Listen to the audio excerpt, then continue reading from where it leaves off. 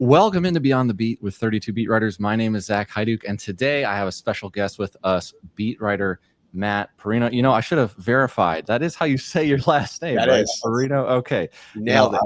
I was watching the live that you guys just did, which we'll get into this, I guess. I'm getting ahead of myself already, but you're doing like a marathon back-to-back stuff here. I think, were you up in Toronto or you're headed to Toronto? I don't know. You're at like a Coldplay concert. You got a lot going on for a summer in the middle of July here. Yeah, we went last night. It's about an hour and a half drive from Buffalo, so it was we'd never seen it, and they're wrapping up their tour, I think, this year. So it was just like, let's just go do it.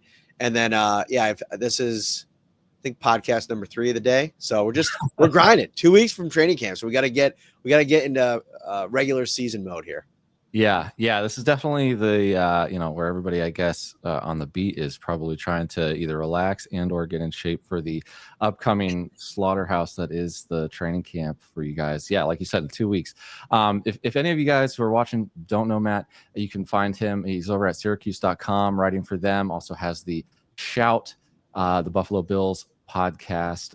So definitely check that out. I think you won an award for that a couple of years ago. So, that's awesome there. And I think, like I said, you just did a live on like if the Bills have the worst weapons in the NFL. So I guess we'll get into that here in a little bit as well. But if anybody's looking for you, that's where they can find you at.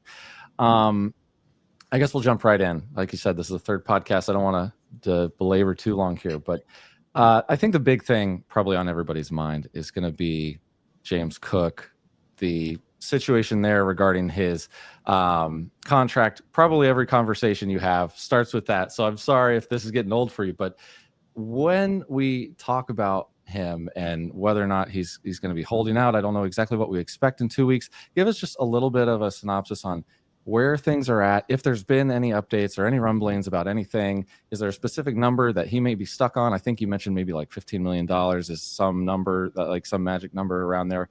Do you expect him to be on the field in week 1? Is he going to be participating in training camp? Where are we with James Cook? Yeah, so to start, I fully expect him to be on the field starting in training camp, because in a lot of ways, like, unfortunately for like rookie players like this, there's just not a lot of leverage. And if he's not on the field in a contract year, it's kind of like diminishing his value a little bit. And so I think as he looks ahead to training camp or to the offseason next year, that to me is like he's going to have the freedom. I think the Bills are going to allow him to have that freedom to go and really get what he believes he's worth. Now, there's a big question mark when it comes to his value, where it falls. You mentioned $15 million per season. I mean, that puts you into the Saquon Barkley, Christian McCaffrey like level of pay in the NFL. And listen, he's a good player. He tied for the league lead in rushing touchdowns last year.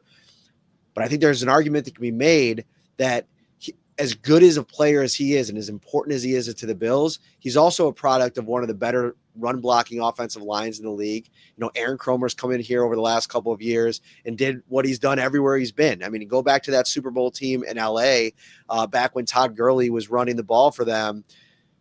That was Aaron Kromer's offensive line that he built that really helped kind of staple that run game as one of the top ones in the league. And I think he's done the same thing in Buffalo. And I think that's why you've seen Ray Davis have success in this offense. Ty Johnson have success as well.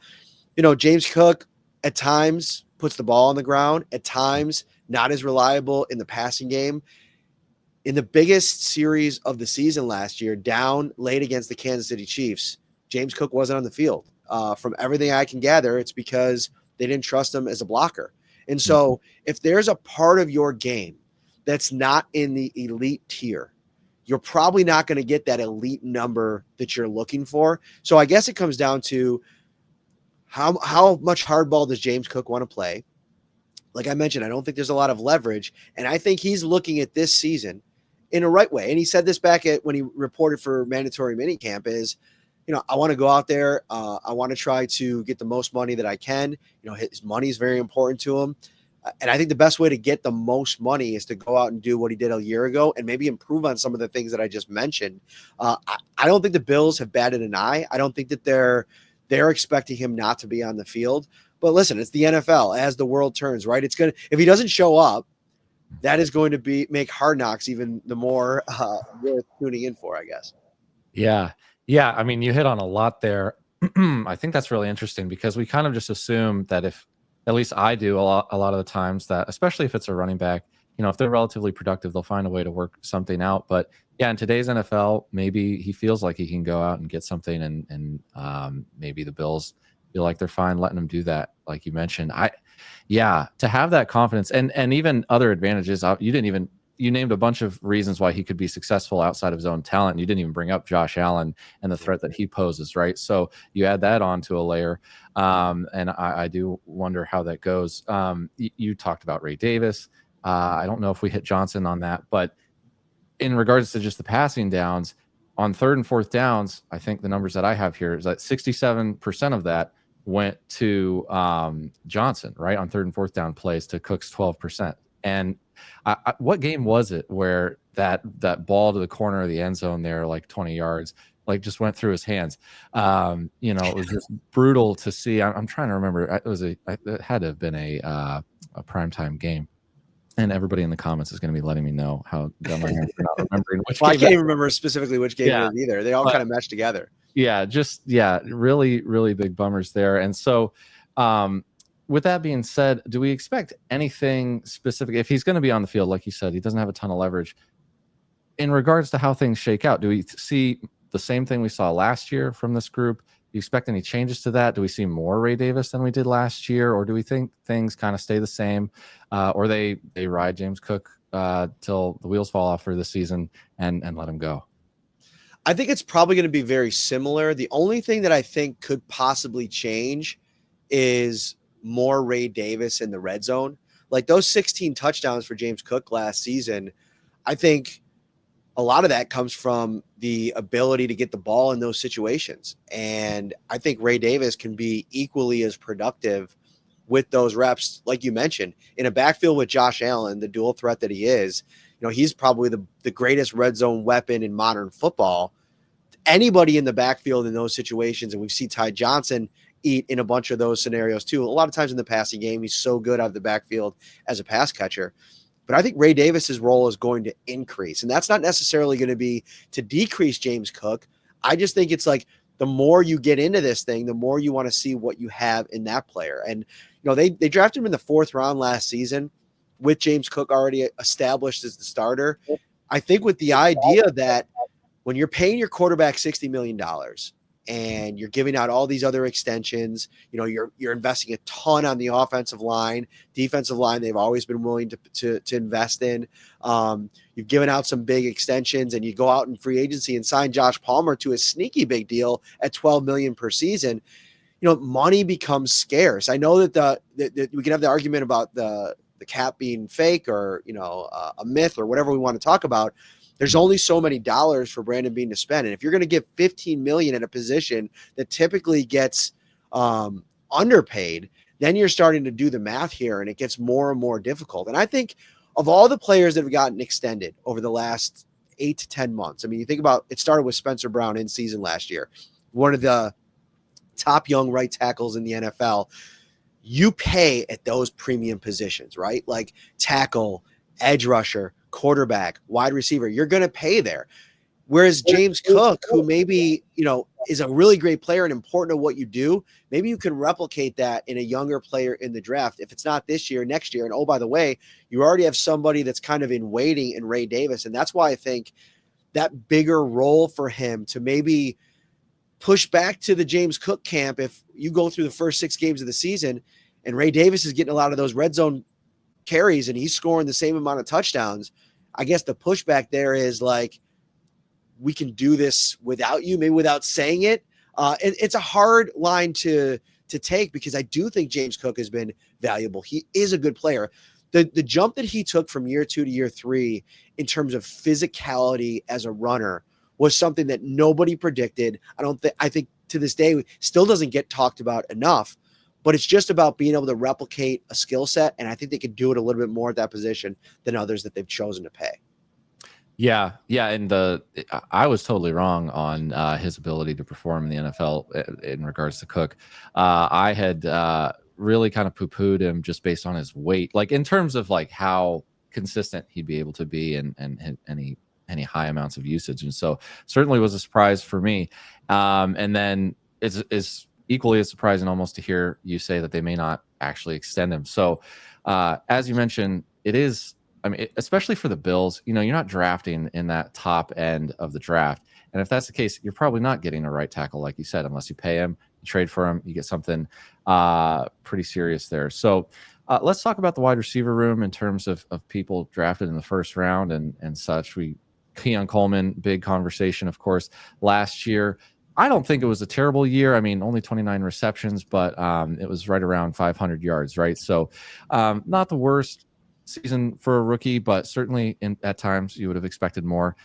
So talk to us a bit about Keon Coleman. You got Khalil Shakir, who is kind of the guy there. They brought in more. You mentioned Palmer at $12 million, which says something, right? So help us make sense of this situation. And are we going to have like a Green Bay of 2024 year from these guys, or is Coleman going to stand out in some way? What do we do with this? What's happening here? So I think what they landed on last year, if you go back and see Keon Coleman's best pocket of the season, it was midway through the year, right after they traded for Amari Cooper. Now, a couple problems played out. Number one, Amari Cooper's post 30, struggles to stay healthy, got banged up a couple of different times.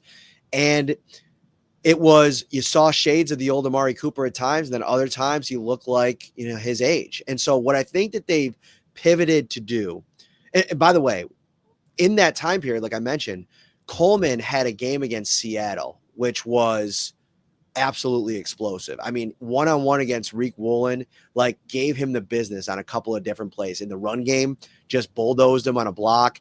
One-on-one kind of big boyed him in the end zone. It was his defining game of the season. And then 2 weeks later, as he was starting to build all this momentum, the Jordan Poyer hit happened in the Miami game. He broke his wrist, never was the same after that.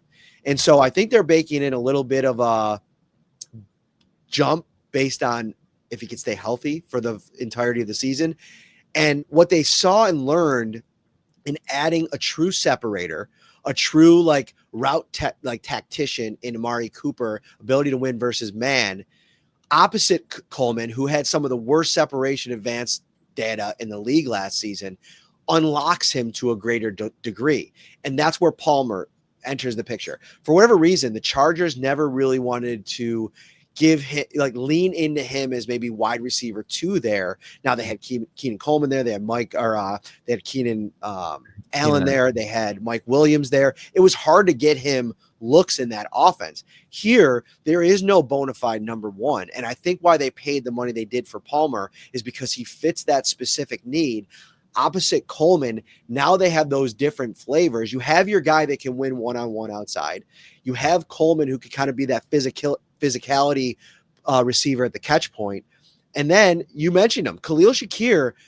There is not a guy slept on more in the league than Khalil Shakir. And he's not a household name. He doesn't put up gaudy stats. But if you dive into some of the advanced stuff, he was second in the league behind only Jamar Chase in run after the catch yards last year. He is as important a piece to this offense in terms of availability for a Josh Allen as anybody is. And so now you have that big three. Around them, you have Curtis Samuel, who I still think there's untapped potential, and he's a Joe Brady guy. He's just, again, got to stay healthy. He never had a run of 8 to 9 weeks where he stayed healthy last year. It was always something. Then the wild card. They go out and they sign Elijah Moore. His numbers in Cleveland were really good with just absolutely horrible quarterback play. When you get a guy like this, a former second-round pick, with speed, with route running ability, with ability versus man as well, versatility to line up anywhere in the or in the formation. Now you're going to pair him with Josh Allen. I'm excited about what that can look like for the Bills. And he had himself a really good spring. No pads yet. You don't want to overreact to that. But as another potential weapon and as a guy that, all right, maybe you get Palmer into the mix and he's not working out at the level that you wanted, but Elijah Moore and Josh Allen have a connection and you want to shift things around a little bit. You have more options. Laviska Shenault is even a little bit of a wild card too as wide receiver 6. He's probably going to make this team as the primary kick returner. And now if he's in the mix as a wide receiver as well, they loved him during the draft process. And again, hasn't really played with a quarterback to the level of Josh Allen. So a lot of unknowns still. They're still banking on this everybody eats mantra that they developed last year. And listen, it worked. They were the number 2 scoring offense in the league last year. They have an elite level offensive line, pass blocking, run blocking, all of those things. And they have Josh Allen. And so I think that they're banking on the flavors that they've brought in, the pieces that they still have. And we haven't even talked about Dalton Kincaid yet. I know we're going to transition into the tight ends here in a second.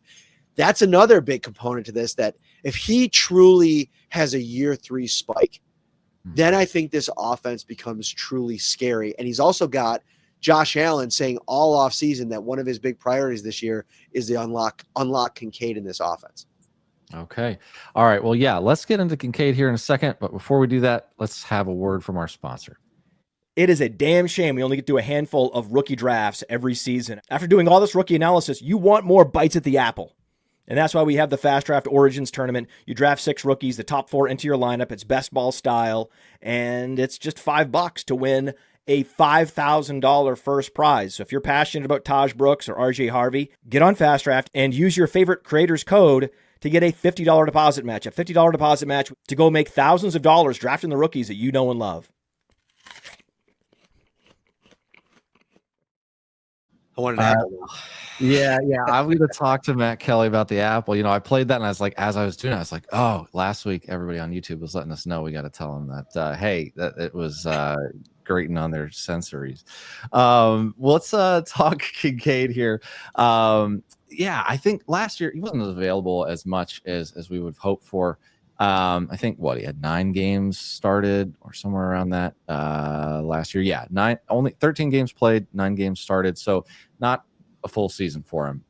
Statistically, not as great as maybe his rookie year would have promised. But as you mentioned, again, a lot of stuff going on. So with Dalton Kincaid, how he fits into the wide receiver room or the tight end room, in a lot of ways, he's used in he almost projects more like a wide receiver at times. And so he's kind of lumped in there when we have those type of conversations. But Dawson Knox is still around, was given an extension not too long ago. So how are Kincaid and Knox going to play off each other when it comes to the tight end position specifically? But then as Kincaid is mixed in throughout the formations, what do we expect from that? I almost feel like I think about a basketball team, right? And, Russell Westbrook over the last couple of years has turned into like a really good 6th man type of guy because of his energy. He has starting quality play at times. And when you bring that off the bench, it becomes really imposing for a second unit.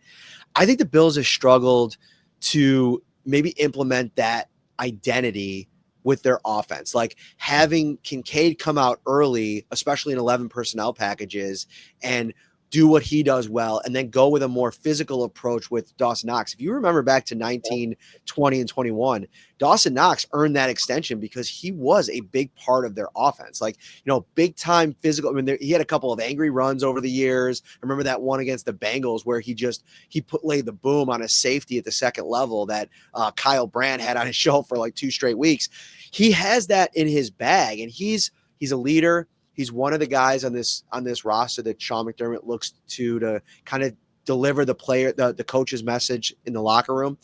And so sometimes I think you take for granted the playmaking ability and the fact that you invested a 1st-round pick in Kincaid, but Knox can still be a featured tight end in this offense. So it's 2-pronged approach for Brady this offseason. Number 1, find a way to put more pressure on defenses with a kind of gauntlet that they have to run through when they're playing your tight ends, but then also unlocking the 12 personnel package. They've never been able to do that since they drafted Kincaid. A consistent ability to have them both on the field at the same time and find a way to have them both affecting the game and impacting the game in different ways. They've done it in, very, very limited amount of time.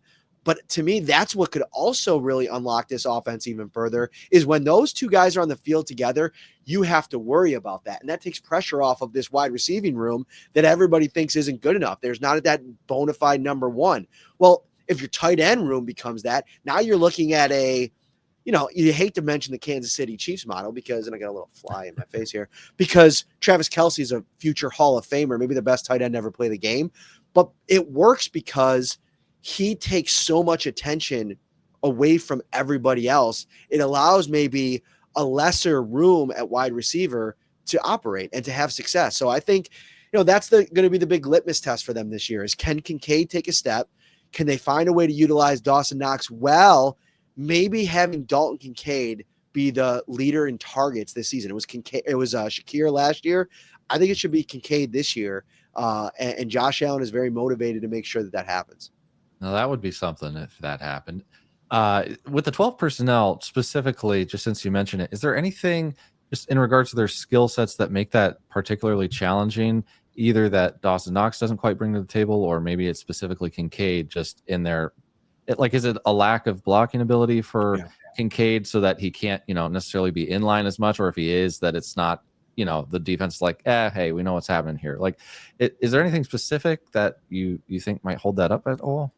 There's no like advanced tape work to this. This is just my observational, watching every game and every practice and every play take on this. I think part of the problem, it starts with the blocking. He's a very specific style of tight end, right? Like when he was coming out, I remember Daniel Jeremiah comparing him as a pass catcher to Kelsey. Well, Kelsey's a really good blocker too, right? And so when you don't have that piece of it, you're limited into where you can line him up and really force the defense into taking him seriously. The other part of it too is like, I think when they do try to run 12, he's not as effective in line as a route runner as maybe he is when he's able to stand up at different parts of the formation. Again, I've not studied the tape on this. I don't have that deep analytical background. It's just watching them. He's not as much a part of the offense when his hand's on the ground. It feels like to me as it is when, and this is something that maybe doing a bit of a deeper dive might make a little bit of sense as we kind of move towards training camp. But I also think Joe Brady has some room to be even more creative with where he lines him up, like getting him spread wide a little bit more to put a little bit of pressure on the defense. Like I think he's a mismatch even against elite level boundary corners because of his route running ability. You don't see that kind of body type out wide very often. And he's a little bit more, his separation comes a little bit more from the fluidity of his routes than his quickness or his footwork or anything like that. And I think that's a different look that you could start to throw at teams, especially if you want to get Knox in line, because he can run routes effectively from that position. So Joe Brady, so much was thrown on him so quickly because he took over for Dorsey midway through the season in 2023, had the full off season last year to plan for the season. But don't forget, they were undergoing an identity shift away from the Stephon Diggs led offense to this everybody eats model. This offense, this offseason, I think he's really had the chance to sit back, reevaluate what a full season of his offense looked like, study the tape, no Diggs in the offense. Now they're pivoting and trying to position everybody the best way that they could. And they went out and they added Elijah Moore and Josh Palmer, specifically pivoting off of what didn't work a season ago. And I think you make the argument that Mac Hollins did work, right? Like he led the team with six receiving touchdowns, played big in the Kansas City game. But when Mac Hollins is your number one weapon, I don't think that works necessarily moving forward. So they've pivoted a little bit in a couple of specific areas. They're running back a lot of what did work last year, and they're hoping that all of that combined, end result is a more effective and harder to deal with offense.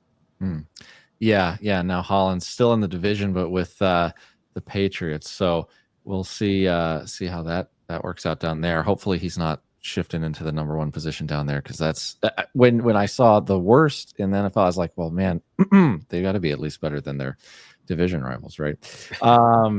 Yeah, I think we'll have to watch that with Kincaid this year. I think everybody really, I mean, if he outscores any of the wide receivers or out touches them in terms of receptions, I mean, that would be phenomenal for a lot of people who had a lot of high hopes for him. Of all the players that we've either touched on or haven't touched on, is there anybody that you specifically think could surprise us the most this year in terms of this offense, regardless of whether we talked about them or not, and whether or not that's a positive or a negative surprise? It's a good question. Probably like I'd probably lean back into Ray Davis. If there was somebody like off the beaten path that I think could be at least worth monitoring during training camp, Caden Prather, the wide receiver out of Maryland, was the Bills' 7th round draft pick. He had himself a really good spring. I was really impressed with his hands. Now, you don't want to overreact too much to spring camp darlings, but as we get the pads on, he is a big-bodied guy that ran in the 4.4s. Maybe the Bills benefited from just a pretty deep middle of the rounds, like receiving class. He looks really good. He's a big guy. Like he's almost reminds you a little bit of Keon Coleman from a size profile, but also has that blocking, can play special teams. So if we're looking for like a just out of the blue, like wild name to throw at you, I'd say Caden Prather would be somebody. But I think Ray Davis is going to have a larger role in this offense, like I mentioned earlier, than anybody is probably predicting at this stage. All right, I'll have to take a deep dive on Prather because that is not a name that immediately came to mind. So that is perfect for myself and our listeners. If you're looking for it, that's Kaden, I think, right? Yep. So Caden Prather. So check that out. Before we let you go, thanks so much again for joining, Matt. Really appreciate your time here, especially as this is your 3rd show of the day. Before I let you go, where can people find you, what you do, anything specific you're working on that you want to plug? Let us know. Yeah, I mean, the Twitter handle is right up there. That's the best place to find it. The podcast, I mean, once we get to training camp, our training camp series for the podcast, we do daily recap episodes from practice. So all of my observations that I write up, we have a dedicated insider text line that I'm basically texting like play-by-play updates to throughout practice. We do deep dives on the podcast every single practice. So that's one of our signature series of the podcast, but we're 3 to 5 times a week in season. So, I mean, the Bills are a contender, right? And there's somebody that I think a lot of fan bases like to keep tabs on. And we like to consider ourselves one of the better podcasts on the Bills. So that coverage it all emanates from the Twitter handle, but also you can find us on YouTube. Yeah, definitely check out the Shout podcast over there on YouTube. As I was earlier today, I'm very excited to see what you've got coming for us in the next 2 weeks. For anybody who wants to check out our stuff, make sure to check out our website at 32beatwriters.com as well. We're going to be launching that brand new one. I know I keep telling you it's going to be soon. I actually promise it's going to be soon here, hopefully in the next week for you. Also check us out on YouTube at 32 Beat Writers. If you're listening to this and you want to watch us, you can do that as well. See all the shiny faces here at 32 Beat Writers, as well as our beautiful beat writers that we have on as well. So thank you so much for joining, Matt. Everybody else, we'll catch you next time.